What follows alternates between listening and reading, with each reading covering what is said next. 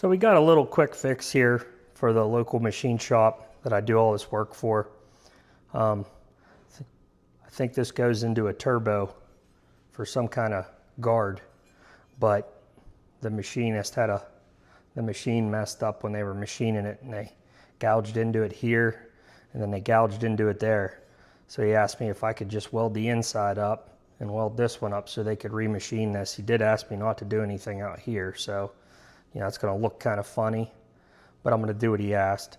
So I'll take you guys through how I'm going to set the machine up. This is just 60-61, how we'll go about welding it, and we'll see how it turns out. Hopefully we can get in there and take our time and put a little bit of metal in there at a time and fill that in real nice without me having to burr this out too much and make this bigger than it is to where you're going to see that when you machine it. I always try to think like, you'll still be able, after this is machined, you know, you're still going to see that where it was welded. So I don't want to make that bigger than I need to. So we'll see what happens. So the settings I use for this, I'll show you guys. 217 amps, frequency was 200, 30% balance, pre-flow, post-flow, all the same, everything else the same. Ran the gas at like 14 CFH, and I've already switched it back, but I just ran number 5 standard cup, and that was the tungsten prep. Sharpened it, and then when I got done it was bald. So that was that. Thought I'd show you guys that. This piece has been sitting out in my truck, so we're going to go ahead and put some heat in it.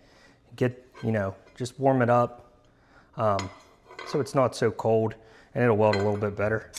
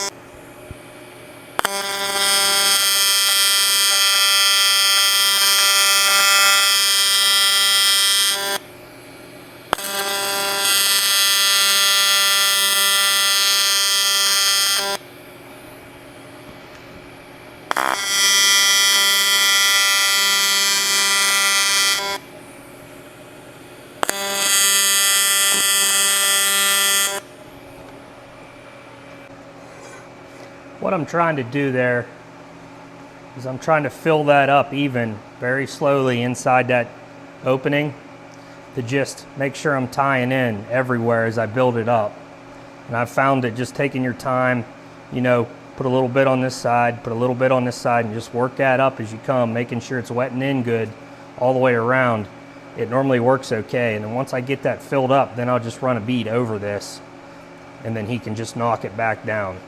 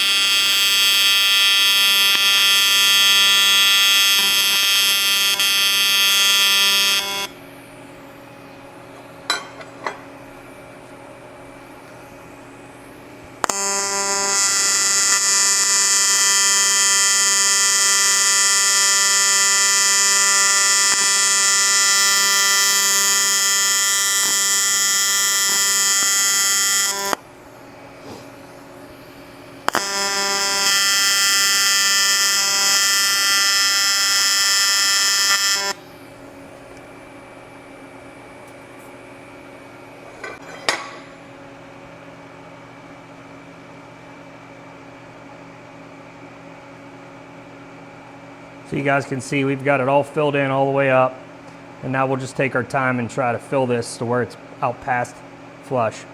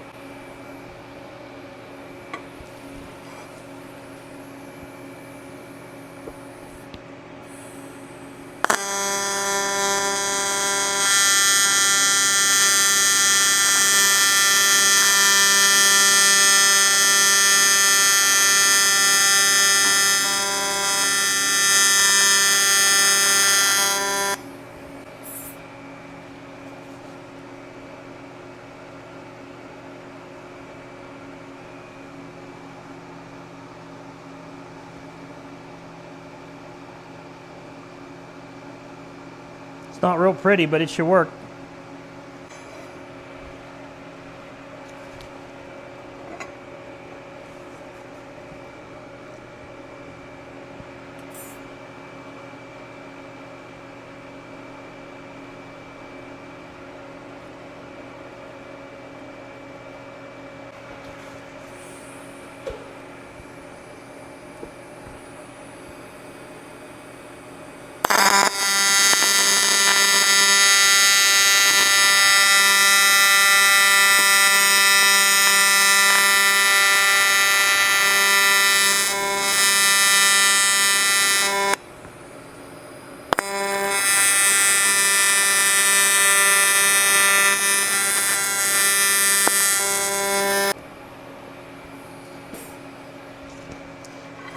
Something I think I'll tell you guys that I think is important with this kind of stuff. So this has been machined by CNC mill, and they're just dousing it with coolant the whole time. And you can see that's what all this is that's burning off in here, the little specks. And what I've found with this stuff is if you come in here, you know, it looks clean. Even if you wipe it off with acetone, for some, I think as that thing's milling, it's embedding some of that coolant into the material. So what I've found works really good is I'll just come in and I'll do one pass without adding any filler, just kind of like burn all that out, and then it seems to weld totally fine. But if you try to start adding filler wire right away, you'll fight it the whole time, and it seems like you end up getting a little bit of porosity and stuff in there. And I think it's that coolant that's embedded in the material.